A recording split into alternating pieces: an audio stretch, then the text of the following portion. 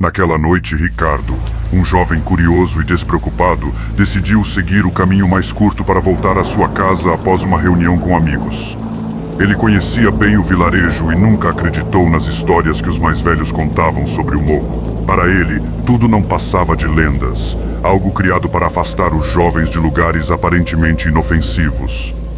O morro, com suas árvores escuras e sombrias, estava ali, sempre ao fundo, como uma presença constante, mas nunca mais do que um pedaço de terra que subia em direção ao céu. Quando ele começou a subir o morro, não percebeu que algo estava estranho. A noite estava quieta demais, como se o próprio ar estivesse parado. O vento havia cessado e a lua cheia parecia brilhar com mais intensidade, iluminando cada pedra e árvore ao longo da trilha. Porém, à medida que ele avançava, uma sensação incômoda começou a se formar em seu peito.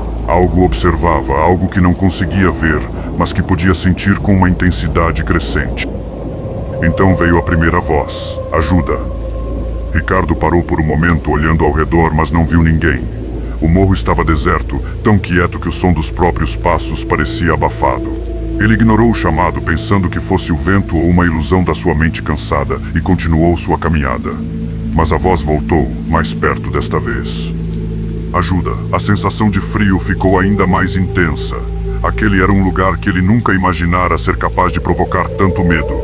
Seus passos ficaram mais lentos, mas a curiosidade o manteve em movimento, até que o chão sob seus pés tremeu de repente.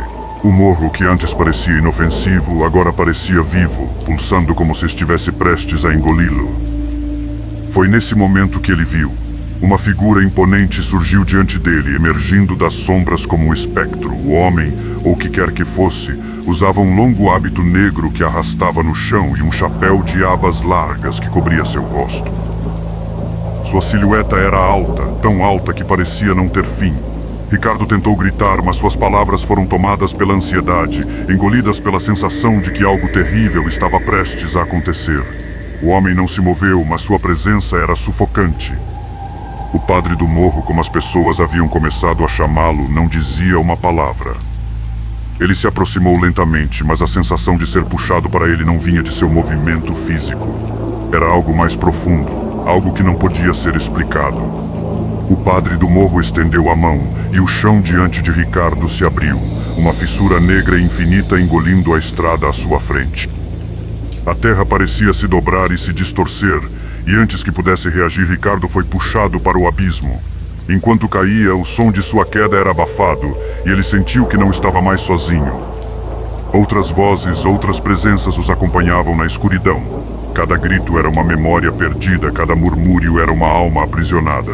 O morro nunca havia sido apenas um pedaço de terra. Ele era o domínio do padre do morro, uma figura aterradora que se alimentava de vidas, de almas perdidas e de medo. A lenda dizia que ele atraía aqueles que eram fracos, aqueles que se arriscavam a desafiar a escuridão que se escondia sob a capa do morro. E agora Ricardo entendia. Ele era mais uma vítima de uma história antiga, uma história que ninguém ousava desafiar. Quando os mais velhos falavam do padre do morro, eles sabiam do que estavam falando, porque ele não era uma simples lenda.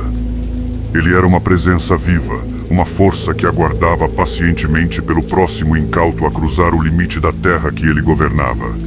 O padre do morro era conhecido por sua capacidade de atrair suas vítimas com sua voz suave e sedutora, apenas para engoli-las na escuridão de seu domínio, onde nunca mais seriam ouvidas. Seu nome, sussurrado em terror pelos aldeões, era o último som que ecoava nas mentes de todos que caíam sob seu poder.